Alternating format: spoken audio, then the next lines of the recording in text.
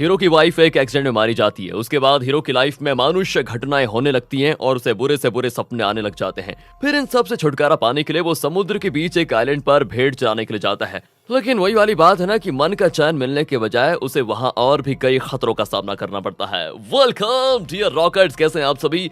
आज हम देखने वाले हैं 2021 में रिलीज हुई एक हॉरर मूवी जिसका नाम है शेफर्ड। अब आखिर में क्या हुआ, क्या वो उस आइलैंड से जिंदा बचकर आया, यही तो इस मूवी की कहानी है। तो चलिए वीडियो को आखिर तक देखिए, लाइक एंड शेयर कीजिए और अगर आप चैनल पर नए हैं तो सब्सक्राइब जरूर कर दीजिए। चलते हैं मूवी के अंदर। मूवी की शुरुआत में एक आदमी को पानी में डूबते हुए दिखाते हैं और वहां पर कट करके मूवी के हीरो एरिक को दिखाते हैं। एक्चुअली यार, एक एक्सीडेंट में ना उसकी वाइफ रेचल की डेथ हो गई है और वो उसका अंतिम संस्कार कर रहा होता है। जब वो शव पेटी को गड्ढे में उतारते हैं ना, तो अचानक दूर एक काले ड्रेस में कोई खड़ा दिखता है जो कि एरिक को ही देख रहा होता है। यहाँ पर अचानक शव पेटी बुरी तरह से हिलने लग जाती है। एरिक घबरा जाता है और तब उसकी आंख खुलती है। असल में ये बहुत ही बुरा सपना देख रहा था। वो हाल ही में उसकी वाइफ रेचल की डेथ हुई है और उसके बाद से एरिक को इस तरह के बुरे और कहें तो डरावने सपने आते रहते हैं। इस घर में अब सिर्फ एरिक और उसका डॉग ही रहते हैं। सुबह उठकर वो कॉफी पी रहा होता है तो न्यूज़पेपर में एक ऐड देखता है जिसमें लिखा हुआ है कि समुद्र के बीच एक आइलैंड पर भेड़ों को चराने के लिए एक चारवाही की जरूरत है। एरिक उसको पढ़ ही रहा होता है कि अचानक सामने से टेबल के ड्रॉअर खुलता है और अंदर से एक नन्हे से बच्चे का हाथ निकलता है।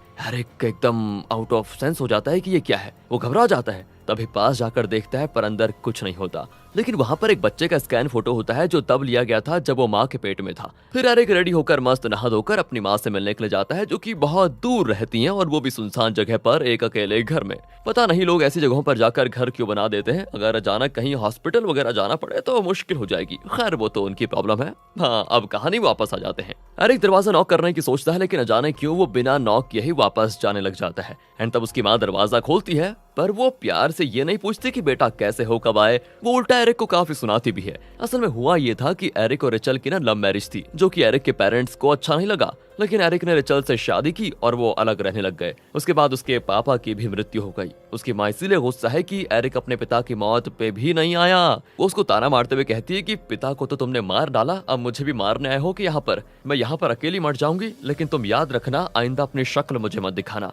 एरिक भी चला जाता है। पता नहीं उसके दिमाग में क्या चल रहा होता है। रेचल नहीं रही और अब एरिक की माँ ने भी उसको अपनाने से इनकार कर दिया है। वो बेचारा खुदकुशी करने की सोचता है लेकिन अपना हाथ काट कर उसमें मरने की हिम्मत नहीं होती। एंड तभी उसकी नजर वहां पर खड़े एक भेड़ पर पड़ती है। उसने जो सुबह न्यूज़पेपर में ऐड पढ़ा था वो उसको याद आ जाता है। वो अपना मन बनाकर चारवाई की नौकरी करने के लिए उस आइलैंड की ओर बोट में निकल जाता है। उस बोट को चलाती है फिशर नाम की एक औरत। उसकी एक आंख थोड़ी सफेद होती है और वहां पर एक कौवा भी होता है जिसकी भी एक आंख सफेद होती है। एरिक बिल्कुल हैरान होकर दोनों को देख रहा होता है कि भाई दोनों की एक आंख सफेद है, मतलब डिफरेंट है। ऐसा कैसे हो सकता है, कहीं कुछ गड़बड़ तो नहीं। आखिर वो उस आइलैंड पर पहुंच ही जाता है जो देखने में बड़ा खूबसूरत दिखाई देता है।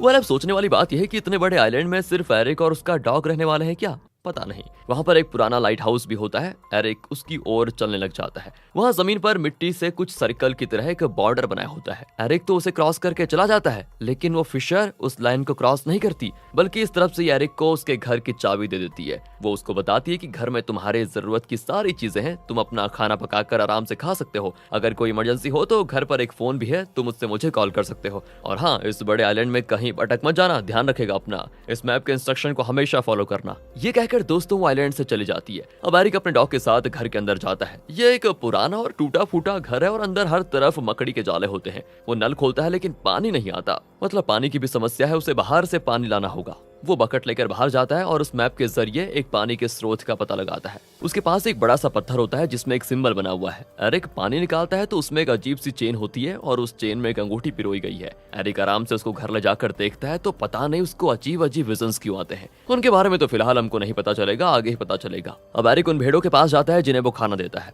सारे भेड़ एक जैसे दिखते हैं, जाहिर सी बात है दिखेंगे। वो उन्हें गिनने की कोशिश करता है लेकिन वो एक जगह खड़े तो रहेंगे नहीं। वो इधर उधर चलने लग जाते हैं तो एरिक ठीक से गिन भी नहीं पाता और उसको बहुत गुस्सा आता है। ऊपर से घर में करंट भी नहीं होता। वहाँ पर एक जनरेटर होता है लेकिन न जाने कितने साल से वहाँ पर पड़ा हुआ है, चलने का नाम ही नहीं लेता। तंग आकर एरिक किसी तरह खाना बनाकर खाता है और फिर बाहर निकलता है तो समुद्र के ठीक ऊपर आसमान में टिमटिमाते तारों को निहारता है। फिर अंदर जाकर लालटेन की रोशनी में वहाँ पर पड़े कुछ बुक्स में से एक दो को उठाकर पढ़ने लग जाता है। उसमें लिखी हुई बातें एरिक की समझ में नहीं आती। उसके कान में ना किसी के बोलने की आवाज भी सुनाई देती है, पर वो उन पर ज्यादा ध्यान नहीं देता और बुक वहीं पर रखकर सीढ़ी के ऊपर चलने लग जाता है। वहीं उसके सोने का कमरा भी है, पर पता नहीं उसे ऐसा क्यों लगता है जैसे सीढ़ियां ऊपर नीचे हो रही है। वो लड़खड़ाने लग जाता है, जैसे तैसे ऊपर पहुंच ही जाता है। जाता है। उसका डॉग दरवाजे के पास जाकर भौंकता है जैसे कि उसने कोई अजीब चीज देख ली हो। एरिक अब रिचल को याद करते हुए आराम से सो जाता है। सुबह उठकर वो कॉफी बनाने के लिए नीचे आता है। ओह, तो वहाँ टेबल पर गर्मा गर्म कॉफी रखी होती है। सोचिए उस एरिक की क्या हालत हुई होगी।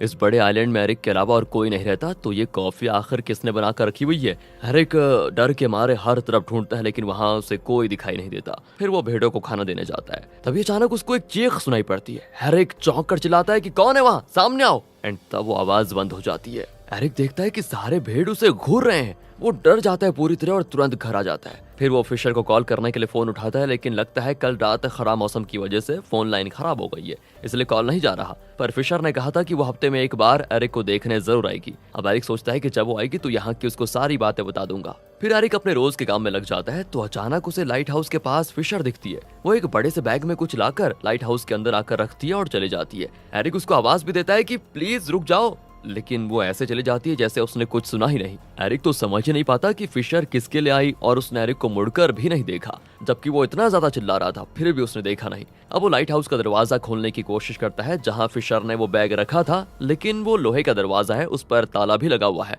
हार मानकर एरिक घर आ जाता है। उसी रात को उसको पता नहीं क्या सोचता है और वो आईने के सामने खड़ा खुद को देखने लग जाता है। अचानक सीन होता है कट। एरिक जंगल के बीच होता है और एक डरावना चेहरा उसके सामने आ जाता है। कुछ दूर पर हमको रिचल भी दिखाई देती है। एरिक उसके पास जाता है लेकिन रिचल कहीं और ही देख रही होती है। एरिक उस दिशा में देखता है तो वही काले कपड़े वाला रूप दिखता है जो अक्सर एरिक के सपने में आता था। एरिक अचानक घबरा कर मुड़ता है तो वो एरिक के सामने होता है, एकदम सामने।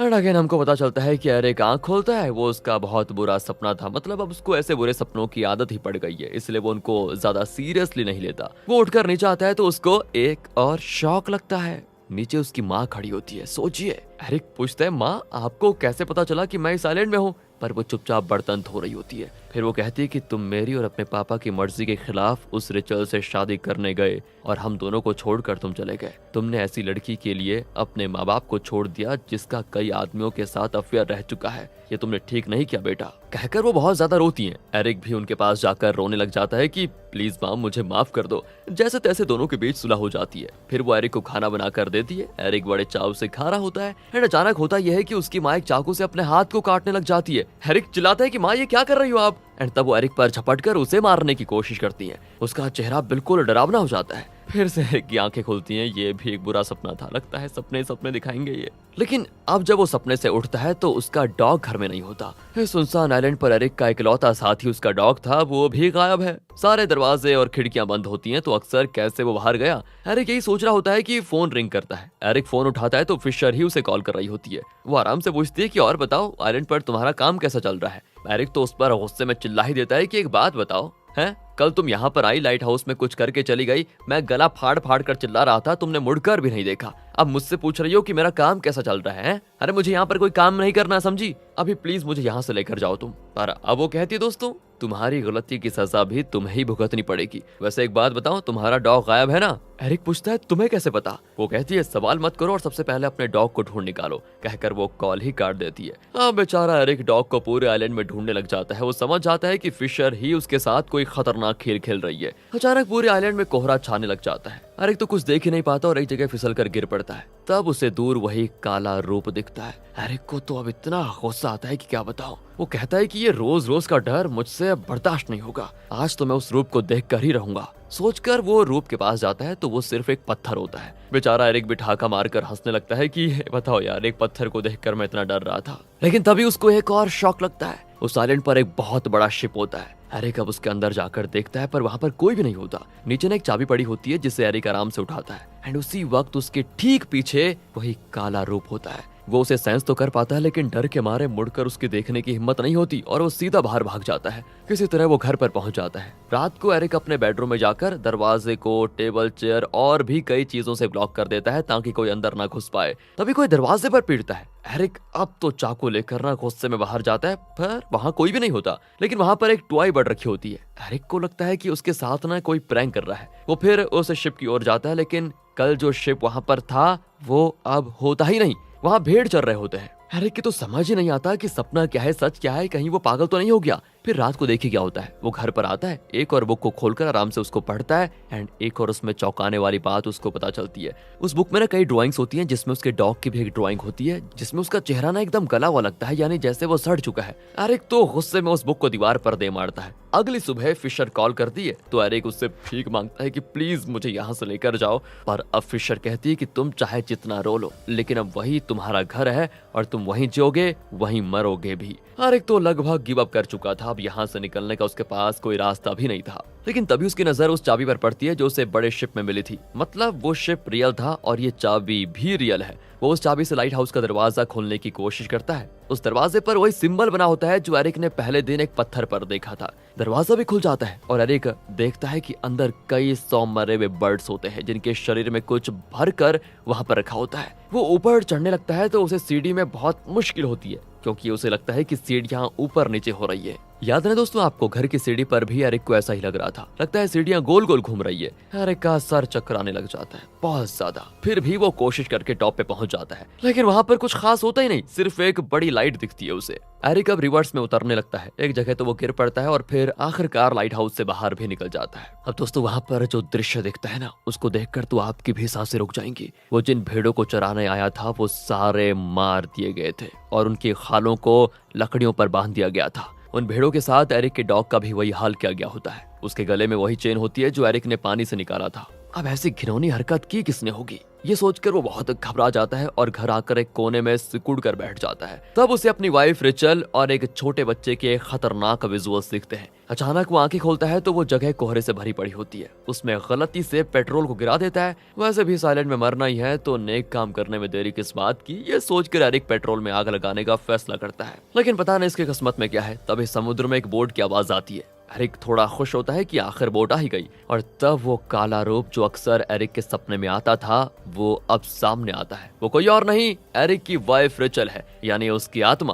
वो बार बार पूछती है तुमने मेरे साथ ऐसा क्यों किया। एरिक कहता है तुम मेरी पत्नी नहीं हो। ये कहकर वो पेट्रोल पर लाइटर फेंक कर बाहर भाग जाता है। रिचल की आत्मा चलते हुए चिल्लाती है कि मत जाओ मत जाओ, लेकिन एरिक उसकी बातों को अनसुनी करके बोट की ओर स्विम करता है, पर वो बोट के पास पहुंच ही नहीं पाता और पानी में डूबने लग जाता है। मूवी की शुरुआत इसी सीन से हुई थी दोस्तों, और जिस आदमी को डूबते हुए दिखाया गया था वो एरिक ही था। एरिक ऊपर की ओर स्विम करने की कोशिश कर रहा होता है, पर रिचल की आत्मा उसे पकड़कर नीचे खींचती है। अगले सीन में एरिक समुद्र तट पर बेहोश पड़ा होता है। कुछ लोग उसको बचाकर हॉस्पिटल लेकर जाते हैं, जहां वो धीरे धीरे ठीक होने लग जाता है। एक पुलिस ऑफिसर उसे पूछताछ करती है कि उस साइलेंट पर हुई सारी बातें साफ साफ हमें बता दो। वो भी बता देता है एंड सब कुछ सुनकर वो कहती है मुझे लगता है तुम बहुत स्ट्रेस में हो, इसलिए तुम्हें ऐसे इल्यूजन्स आ रहे हैं। असल में तुमको बताऊं तो उस समुद्र में ऐसा कोई आइलैंड है ही नहीं। खैर तुम अभी आराम करो और किसी चीज की जरूरत हो तो यहाँ पर एक फोन भी है, मुझे कॉल कर देना। ये कहकर दोस्तों वो चली जाती है। कुछ देर में होता यह है कि उस फोन पर एक कॉल आता है और ये उसी फिशर का कॉल है। वो कहती है कि वाह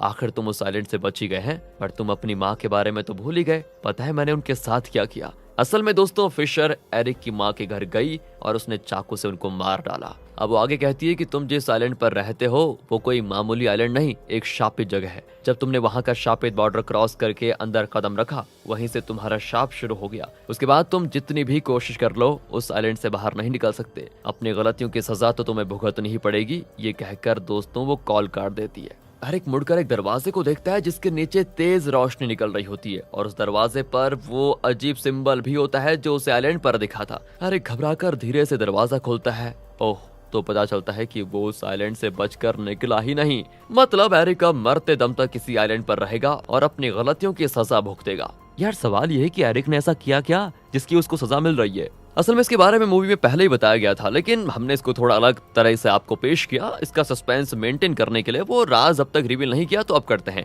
एरिक और रेचल ने लव मैरिज किया और सब बढ़िया चल रहा था। प्रॉब्लम तो तब शुरू हुई जब रेचल प्रेग्नेंट हुई। एरिक को शक होने लगा कि रेचल के पेट में किसी और का बच्चा है, एंड इस बात पर इनके बीच झगड़ा हो गया। एक दिन कार में हुआ ये कि जाते जाते उनकी बहस हो गई और टेंशन में एरिक ने कार का एक्सीडेंट कर दिया। एरिक चाहता तो रेचल और उसके पेट में जो बच्चा है दोनों को बचा सकता था, लेकिन एरिक को शक था कि रेचल ने उसको धोखा दिया और उसके पेट में किसी और का बच्चा है, इसलिए उसने जानबूझकर दोनों को मरने के लिए छोड़ दिया। ये था एरिक का घिनौना जुर्म जिसकी सजा वो भुगत रहा है। वो आइलैंड असल में शैतान का बनाया हुआ नरक है जो धरती पर है, और यहाँ बुरे काम करने वालों को लाया जाता है ताकि उन्हें अपने दुष्कर्मों का एहसास हो और वो जिंदगी भर उसके लिए पछताएं। और उसी नरक की सीमा को एरिक ने पार कर दिया था जब उसने आइलैंड पर लाइन क्रॉस की थी, और यहाँ से वापसी का उसको कोई रास्ता मिला नहीं। इसी के साथ ये मूवी यहाँ पर खत्म होती है। वीडियो आपको अच्छी लगी हो, स्टोरी अच्छी लगी हो, एक्सप्लेनेशन अच्छा लगा हो तो लाइक कीजिए, चैनल को सब्सक्राइब। मिलते हैं अगली वीडियो में, ध्यान रखिएगा अपना, and finally thanks for watching.